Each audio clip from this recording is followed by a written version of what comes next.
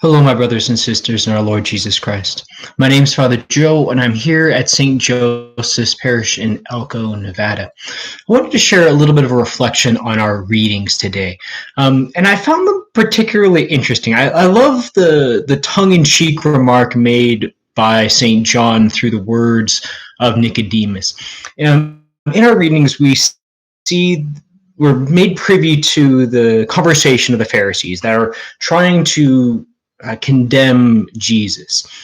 And the big point of contention is where Jesus was born. He couldn't be the Christ because he was not born in Bethlehem, and we know that he's in Galilee.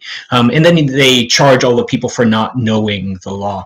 And I particularly love Nicodemus because it's such a interesting way of phrasing, because there's a lot of subtext to what Nicodemus is saying, because he stands up before all of them and asks the question, does not our law say that one must be heard before they are judged?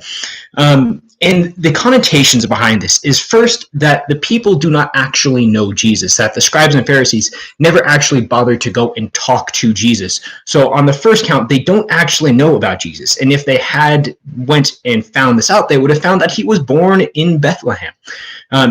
So that's the first thing. But there's also a very strong connotation to make judgments about Jesus before actually hearing him.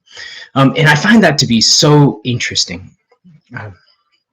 The second thing I want to bring up regards Chrysostom. I would highly recommend Chrysostom's homilies on this passage. You can find them in homilies number 51 and 52.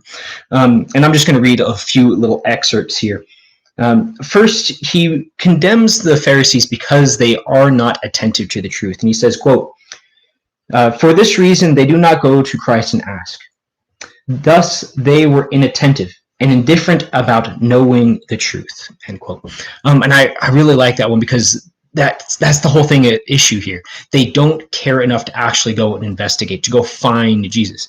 And then he takes it a step further. And Chrysostom relates how Jesus accepts Nathanael, who says very similar things to the Pharisees, but he does not accept the Pharisees.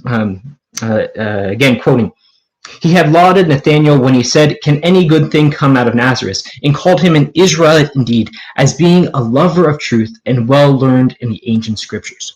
Jesus praises Nathanael, more commonly known as Bartholomew, and makes him one of his apostles, even though he started from the same place as the Pharisees. He praises the one because of his investigation into the truth, but he does not go and answer the Pharisees. Then Chrysostom goes further, and he starts talking about the officers who were sent to arrest Jesus.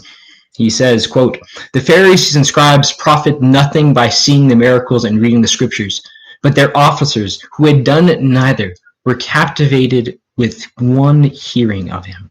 End quote. And that's a profound thing. The officers, though they were not learned, though they did not understand things, they went and they encountered Jesus, and that was enough to convert them. Further, quote, "Not only is their wisdom to be admired, for not wanting miracles, they were convinced by his teaching alone, but also their boldness in saying to the Pharisees, who were enemies of Christ, that he did not speak as any other man." I really like Chrysostom's view of this. He points out exactly the hypocrisy or the play acting of the Pharisees, that they neither know Christ nor do they know the law. With that, my brothers and sisters, I'm going to end my reflection for today. Be safe, and may God bless and keep you.